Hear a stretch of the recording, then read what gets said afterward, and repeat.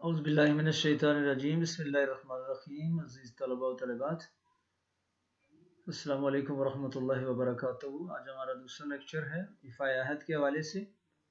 جیسے میں نے عرض کیا تھا کہ آپ دیکھیں گے کہ جتنے بھی ٹاپکس ہیں مضامین ہیں سب کے لفظی معنی پہلے مفہوم وغیرہ بیان کیا جاتا ہے، تو یہاں بھی بیان کیا جا رہا ہے کہ ایفا عہد کیا چیز ہے۔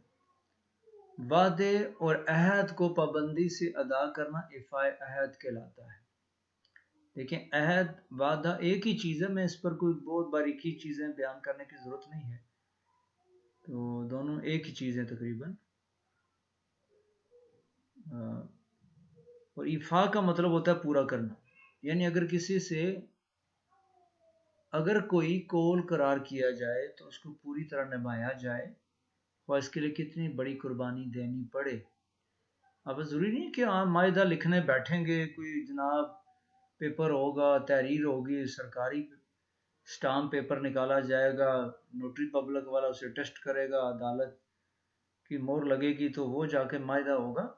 جو میں اور آپ ایک دوسرے سے زبانی وعدے بھی کرتے ہیں نا، وہ بھی بالکل عہد ہے، ٹھیک ہے۔ آگے چل کے آپ عہد کی قسمیں پڑھیں گے، وہ بھی ایک عہد ہے، اور اس کو نبھانا، اس کو پورا کرنا، قول قرار کہہ دیں، وعدہ کہہ دیں، عہد کہہ دیں، ٹھیک ہے۔ تو یہ ساری چیزیں ایک ہی ہیں، بہت زیادہ فرق نہیں ہے ان چیزوں میں۔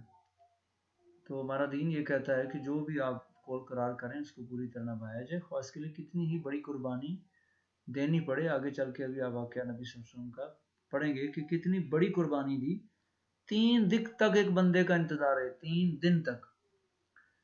ایفا عہد نہ کرنے سے آدمی کا اعتبار اٹھ جاتا ہے، اور اعتماد اور اعتبار کے بغیر معاشرتی زندگی خوشگوار نہیں ہو سکتی۔ بھئی جس بندے کا کوئی اعتبار ہی نہ کرے، اس کی سوشل لائف کیا رہ جائے گی؟ اس کو ادھار کو نہیں دے گا، اس کے ساتھ معاملہ کوئی نہیں کرے گا، اس کی بات کا اعتبار کوئی نہیں کرے گا، اس کی بات کو کوئی سچا نہیں جانے گا، ٹھیک ہے۔ وہ کوئی رائے مشورہ دے گا تو کوئی سننے کے لیے تیار نہیں ہوگا۔ اس طرح بے شمار چیزیں ہیں۔ اب عہد کی 2 بڑی قسمیں ہیں۔ سب سے پہلے تو مین جو اس کی قسمیں ہیں وہ 2 ہیں۔ نمبر 1 اللہ تعالیٰ کے ساتھ عہد، پھر ہے انسانوں کا انسانوں کے ساتھ عہد، کچھ ایک انسان کا دوسرے انسان سے، یا کچھ انسانوں کا دوسرے انسانوں سے عہد۔ نمبر 1 اللہ تعالیٰ سے عہد کیا؟ اچھا میں ان کو اپنے لفظوں میں پڑھوں گا، ذرا یہ ہے، عالم ارواح میں اللہ تعالیٰ نے تمام بنی نو جن و انس سے اپنی ربوبیت کا عہد لیا۔ جب خالق و مالک نے تمام ارواح سے پوچھا الستو بربکم، کیا میں تمہارا رب نہیں ہوں؟ اس وعدے کو وعدہ الست کہتے ہیں، لفظ الستو اسی کی وجہ سے بن گیا الست۔ اور یہ ایک فطری وعدہ ہے، اور اس سے سر منہ انحراف نہیں کرنا۔ سر منہ کا مطلب ہے سر کا بال، سر اور منہ بال، انحراف نہیں کرنا چاہیے، اوائڈ نہیں کرنا چاہیے، منہ نہیں پھیرنا چاہیے، پیچھے نہیں ہٹنا چاہیے۔ تو اتنا ٹائم نہیں ہے کہ میں فطری عہد پر بات کروں، ورنہ آپ جو ہے نا وہ وجود باری تعالیٰ پر یہ پڑھ چکے ہیں کہ فطرت کی پکار یہ ہے کہ اس کا کوئی خدا ہے، اس کا کوئی رب ہے۔ انسانوں کے ایک دوسرے سے عہد، اب اس کی کئی قسمیں ہیں، آگے ان کی انشاءاللہ تفصیل ہم پڑھیں گے۔ وہ عہد اور وعدے جو ہم مختلف ضروریات کے پیش نظر ایک دوسرے سے کرتے ہیں، یا ایک گروہ دوسرے گروہ سے کرتا ہے، یا ایک ملک کسی دوسرے ملک سے کرتا ہے، یا کوئی ایک قوم کسی دوسری قوم سے کرتی ہے، یہ سارے عہد ہیں۔ اس کی اور چند اہم اقسام یہ۔ نمبر 1 ہے عہد بیعت، اس کو ہم شارٹ کٹ بیعت کہتے ہیں۔ فلاں فلاں کا بیعت ہو گیا جی، یہ پتہ نہیں آپ نے سنا ہوگا پیر فقیر کا، تو یہ بھی ایک طرح کا عہد ہوتا ہے کہ کوئی کسی کا بیعت ہوتا ہے۔ تو امر بالمعروف کے لیے، دین کے کام کے لیے، آپ دیکھیں یہاں سے بات امر بالمعروف کرا، دین کے کام کے لیے آپ عہد کریں گے، ایویں نہیں مرید بنیں گے۔ سکا مرید بننے کا کیا مقصد ہے جی؟ آپ اس لیے کسی کے مرید بنتے ہیں کہ وہ دین کی، قرآن و حدیث کی، رسول اللہ صلی اللہ علیہ وسلم کی سیرت کی اور اسلام کی ہدایات کے حوالے سے جو بھی رہنمائی کریں گے میں اس پر عمل کروں گا، ٹھیک ہے۔ جن باتوں سے منع کریں گے، جھوٹ، چوری، بدکاری اور اس طرح کی جتنی چیزیں ہیں وہ جن سے منع کریں گے میں اس کو چھوڑ دوں گا. تو یہ عہد بیسیکلی آپ کرتے ہیں کسی سے بیعت کرتے ہو، جس میں حضور اکرم صلی اللہ علیہ وسلم کی نبوت اور ختم المرسلینی پر ایمان لانا ہے. میں اس کو تھوڑا چینج کرتا ہوں، جس میں حضور قسم کی رسالت اور ختم نبوت پر ایمان لانا بھی ضروری ہے. یہ بھی ایک عہد ہے. دور اول کے مسلمان بالمشافہ حضور صلی اللہ علیہ وسلم کے ہاتھ پر بیعت ہوئے اور ہم بھی بالواسطہ اس عہد میں شرک ہیں. بالمشافہ کا مطلب ہے آمنے سامنے، ڈائریکٹ، دو بدو، رو برو. بالواسطہ واسطے کے ساتھ یعنی انڈائریکٹلی ہم بھی اس عہد میں شریک ہیں. کیسے؟ صحابہ نے نبی صلی اللہ علیہ وسلم سے عہد بیعت کیا، انہوں نے آگے اپنے بیٹوں کو بتایا، انہوں نے اپنے بیٹوں کو، انہوں نے اپنے بیٹوں کو، انہوں نے اپنے بیٹوں کو، یوں کرتے کرتے ہم تک بات آ گئی. نمبر 2 انفرادی عہد، انڈیویجول. روزمرہ لین دین کے معاملات میں جو عہد و پیمان کیے جاتے ہیں ان کی پاسداری بھی ضروری ہے. پتہ نہیں کیوں آج نیند آ رہی ہے جلدی، ورنہ میں تو 11 بجے تقریباً سوتا ہوں. معذرت جی. قرابداری کا عہد، آپس کی رشتہ داری کا عہد، مثلا منگنی اور نکاح وغیرہ بھی تو رشتہ داری کا ہی عہد ہیں. تو رشتہ داری کے عہد ہیں جو معاشرتی زندگی کی بنیاد ہے. تو ٹھیک ہے، یہ بھی دیکھیں ایک عہد ہے جو ہم رشتے ناطے کرتے ہیں. یہ ویسے نہیں یہ باتیں، یہ بھی ایک طرح کے عہد ہیں، معاہدہ ہے ایک طرح کا. دو انسانوں کا معاہدہ ہوتا ہے کہ میں اپنا بیٹا تمہاری بیٹی سے رشتہ مانگتا ہوں، وہ دیتا ہے. تو یہ ایک معاہدہ ہو گیا، عہد ہو گیا. آگے دیکھیں آئے گی قرابداری، آج کی وہی پڑھ رہے ہیں ہم. اسی طرح دو میاں بیوی بنتے ہیں تو نکاح جب کرتے ہیں تو وہ بھی گویا کہ عہد ایک دوسرے کے ساتھ کر رہے ہوتے ہیں کہ ہم نے اللہ رسول کے حکم کے مطابق زندگی اکٹھے گزارنی ہے. اجتماعی عہد، عوام یا ملکی قانون کی پاسداری، دستور کی پابندی کا عہد اجتماعی عہد ہے، کیونکہ ساری قوم اس کے اندر شامل ہوتی ہے.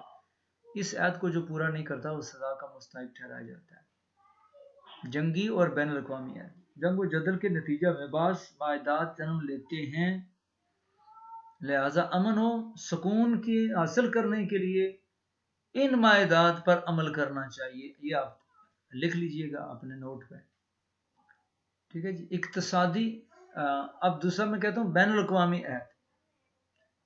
اسی طرح بین الاقوامی سطح پر کئی ممالک ایک دوسرے کے ساتھ کے حلیف بنتے ہیں، دوست بنتے ہیں. تو یہ میں نے دو الگ کر دیے، جنگی عہد الگ کر دیا، بین الاقوامی عہد الگ کر دیا. حلیف بنتے ہیں، دوست بنتے ہیں، پارٹنر بنتے ہیں. مثلا تجارتی، تعلیمی، ثقافتی، اقتصادی معاہدات کیے جاتے ہیں. ان سب معاہدات کی پابندی ملک و ملت کو بین الاقوامی سطح پر نمایاں اور سرفراز کرتی ہے. ایفا عہد کی اہمیت حضرت قرآن، وہی بات اسی انداز سے دیکھیں. امانت کی اہمیت کی حضرت قرآن مجید میں ایفا عہد کا تاکیدی حکم موجود ہے. ارشاد ربانی ہے، یا ایھا الذین آمنوا اوفوا بالعقود، اے ایمان والو اپنے عہدوں کو پورا کرو، کیونکہ قیامت کے دن ان عہدوں کے متعلق پوچھ ہوگی. اس لیے فرمایا واوفوا بالعقد ان العہد کان مسئولا، اور اپنے عہد پورے کیا کرو، بے شک ان کی باز پرس ہوگی، ان کے بارے میں سوال ہوگا. اس طرح مومنوں کی تعریف کرتے ہوئے فرمایا سورہ مومنون 18ویں پارے کے آغاز میں کہ فلاح پانے والے مومن وہ ہیں جو اپنی امانتوں اور اپنے عہد کی حفاظت کرنے والے ہیں. ٹھیک ہے، بالکل شروع کے سورہ مومنون آیت نمبر 8. سورہ بقرہ میں ہے، اے بنی اسرائیل تم میرا وعدہ پورا کرو، میں تمہارے ساتھ کیے ہوئے وعدے پورے کروں گا. تمہیں بیٹوں سے کہوں گا کہ ان کی آیات چھوٹے چھوٹے ٹکڑے ہیں، آیات نکالیں، ان کو یاد کریں، جتنا ہو سکے کر لیں. اہمیت حدیث، حضور اکرم صلی اللہ علیہ وسلم نے منافقین کی 3 نشانی سے، وہی آیت حدیث آ گئی نا جو میں نے بتائی تھی پچھلے ماہ. میں نے کہا تھا یہ کم از کم 5 ٹاپکس کے اندر یہ حدیث آئے گی. تو دوسری دفعہ دیکھیں یہ آ گئی ہے، ابھی آگے صدقارت اس میں بھی آ جائے گی. جب وعدہ کرے تو وعدہ خلافی کرے. آپ نے پوری حدیث بیان کرنی ہے کہ جب بات کرے تو جھوٹ بولے، جب امانت دی جائے تو امانت خیانت کرے، اور جب وعدہ کرے تو وعدہ خلافی کرے. آپ سے ہم اکثر و بیشتر ہر خطبہ میں ارشاد فرماتے ہیں جس کا عہد نہیں اس کا دین. اوپر کیا پڑھا تھا؟ جس کی امانت نہیں اس کا ایمان نہیں. لا ایمان لمن لا امانت لہ. اور لا دین ولا دین لمن لا عہد لہو، اوپر لا ایمانہ کی بجائے لا دینہ کر دیں، اور لے من امانت کی بجائے عہد کر دیں، تو بس پورا ہو گیا. ٹھیک ہے، ایک ایک لفظ چینج کرنا ہے. نبی صلی اللہ علیہ وسلم نے فرمایا تو وعدہ کر کے اس کی خلاف ورزی نہ کر، جب وعدہ آپ نے کیا تو خلاف ورزی نہیں کرنی، اس کی بری بات ہے. یہ آپ سے شہادت قیامت کے روز، قیامت کے دن عہد شکنوں کو نام لے کر پکارا جائے گا، اور پھر ان کو رحمت حق سے محروم کر دیا جائے گا. ذرا رحمت حق سے، اللہ کی رحمت سے محروم ہو گئے تو کدھر جائیں گے؟ جہنم میں جائیں گے. اسوہ کامل دو صحابی حضرت حذیفہ بن یمان اور حضرت ابو حصل، ٹھیک ہے، یہ عین سے اصل، کو جنگ بدر کے موقع پر کفار سے اس شرط پر رہائی ملی کہ وہ کفار سے جنگ میں حصہ نہیں لیں گے. یہ مکہ سے مدینہ جا رہے تھے کہ راستے میں کفار نے ان کو پکڑ لیا. پوچھا کدھر جا رہے ہو؟ مدینہ جا رہے ہیں. اب یہ جنگ کے لیے جا رہے تھے کفار، اور وہ مسلمانوں کی حمایت کے لیے نکلے تھے. 1,000 کا افردار مکہ چھوڑ کے نکل گیا. ان کو موقع ملا کہ یہاں سے بھاگے اور تاکہ ہم مسلمانوں کی جا کے سپورٹ کریں. انہوں نے پکڑ لیا اور انہوں نے کہا اس شرط پر چھوڑیں گے تو کہ تم ہمارے خلاف نہیں لڑو گے. انہوں نے کہا چلیں 2 بندے تو توڑے نا. تو انہوں نے حامی بھر لی کہ جی ٹھیک ہے ہم نہیں لڑیں گے. جب انہوں نے چھوڑ دیا، انہوں نے کہا دیکھیں گے ہم نہیں کہتے جیسے ان کی ایسی تیسی، چھوڑیں تو صحیح نہیں، جب چھوڑیں گے تو پھر دیکھا جائے گا. ان کی بات کا کیا اعتبار ہے؟ لیکن وہ صحابہ تھے جی، وہ نبی صلی اللہ علیہ وسلم کے پاس حاضر ہوئے، یا رسول اللہ یہ معاملہ ہوا، راستے میں ہم پکڑے گئے اور کفار نے اس شرط پر ہمیں رہائی دی کہ تم نبی صلی اللہ علیہ وسلم کے ساتھ مل کر ہمارے خلاف لڑائی نہیں کرو گے. تو ہم نے جناب ان کی بات مان لی. تو آپ صلی اللہ علیہ وسلم نے ان کو غزوہ بدر میں شریک نہیں کیا. آپ نے منع کیا کہ تم شریک نہ ہو.